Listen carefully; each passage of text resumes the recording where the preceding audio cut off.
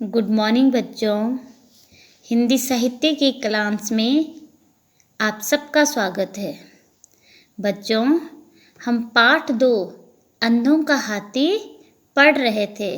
हमने इस पाठ का वाचन कर लिया है और इसे समझ लिया है और हमें ज्ञात हो गया है कि यह एक सुंदर सी कहानी है।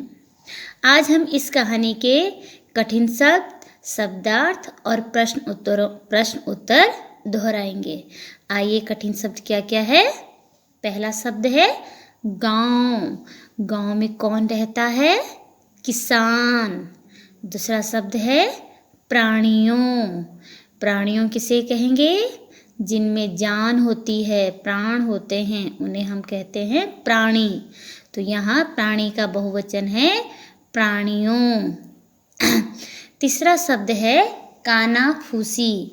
कानाफूसी का अर्थ है कान में फुसफुसाना, अर्थात कान में धीरे से कुछ कहना।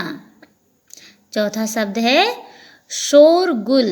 शोरगुल का अर्थ होता है शोर या हल्ला। पांचवा शब्द है कड़क्कर। कड़क्कर का अर्थ है कठोर, कठोर शब्दों में कहना। छठा शब्द है पाँव।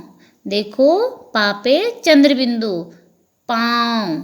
सातवां शब्द है बच्चों झगड़ने, और झगड़ने का अर्थ होता है झगड़ना। आठवां शब्द है खिलखिलाकर। खिलखिलाकर में बहुत सारे वर्ण हैं, तो इसे आराम से और धीरे से पढ़ना है।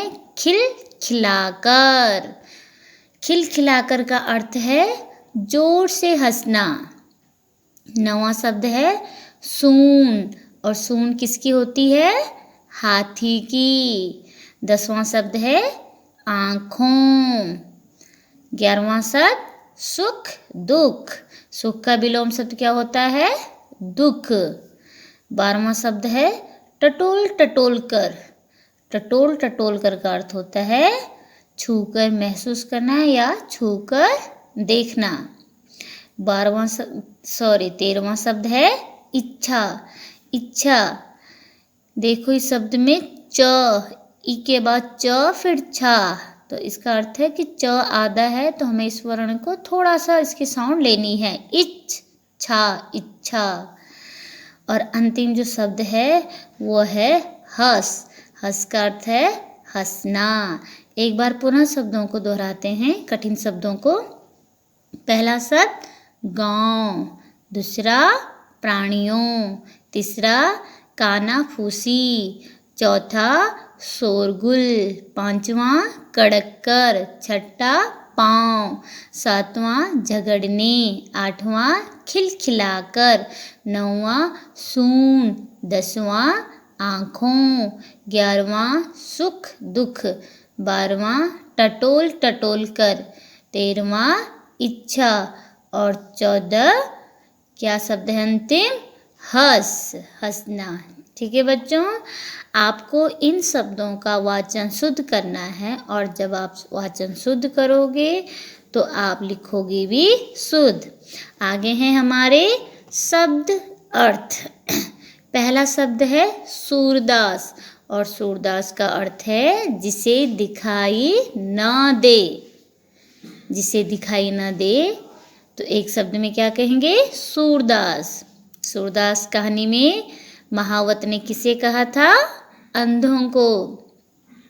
दूसरा शब्द है इच्छा। इच्छा का अर्थ है आकांक्षा या मन में चाह, या मन की चाह। तीसरा शब्द है तमाम। तमाम का अर्थ है बहुत सारे। चौथा शब्द है चर्चा। किसी विषय पर बातचीत करना, उसे चर्चा कहते हैं। तो चर्चा का अर्थ हुआ आपस में बातचीत करना। और अंतिम शब्द है टटोलना। टटोलना का अर्थ है छूकर देखना।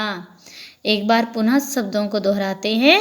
सूरदास जिसे दिखाई ना दे, इच्छा आकांक्षा, तमाम बहुत सारे, चर्चा आपस में बातचीत करना, टटोलना छूकर देखना। अब है हमारे प्रश्न उत्तर। पहला प्रश्न है, बारात के साथ कौन आया? तो कौन आया था बच्चों बारात के साथ? हाथी। उत्तर क्या लिखेंगे हम? बारात के साथ एक हाथी आया। प्रश्न 2 है, अंधे कहाँ रहते थे और उनकी क्या इच्छा थी? तो कहाँ रहते थे अंधे? एक गांव में, और उनकी इच्छा क्या थी? हाथी के बारे में जानने की इच्छा थी। तो हम उत्तर लिखेंगे, अंधे एक गांव में रहते थे और उनकी हाथी के बारे में जानने की इच्छा थी।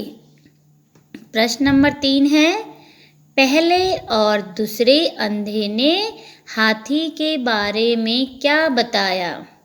उत्तर है, क्या बताया था पहले अंधे ने? कि हाथी खंबा जैसा है, और दूसरे ने कि क्या बताया? कि हाथी एक थाली जैसी है ना। तो हम उत्तर लिखेंगे, पहले अंधे ने हाथी को एक खंबे जैसा बताया, जबकि दूसरे अंधे ने हाथी को एक थाली की तरह बताया। एक बार पुनः प्रश्न उत्तर दोहराते हैं। पहला प्रश्न है, बारात के साथ कौन आया? उत्तर, बारात के साथ एक हाथी आया। प्रश्न 2, अंधे कहाँ रहते थे और उनकी क्या इच्छा थी? उत्तर लिखेंगे आप, अंधे एक गांव में रहते थे और उनके हाथी के बारे में जानने की इच्छा थी। प्रश्न 3 है, पहले और दूसरे अंधे ने हाथी के बारे में क्या बताया? उत्तर 3 है, पहले अंधे ने हाथी को एक खंबे जैसा बताया, जबकि दूसरे अंधे ने हाथी को एक थाली की तरह बताया। बच्चों, आज जो कार्य हुआ या कार्य दोहराया हमने, यही आपका गृह कार्य है। तो गृह कार्य में मैंने लिखा है कि आपको पाठ 2 के कठिन शब्द अर्थ और प्रश्न उत्तर अपनी उत्तर पुस्तिका में सुंदर लेख में लिखने हैं। आगे के प्रश्न उत्तर और अभ्यास कार्य अगले वीडियो में। आज के लिए इतना ही।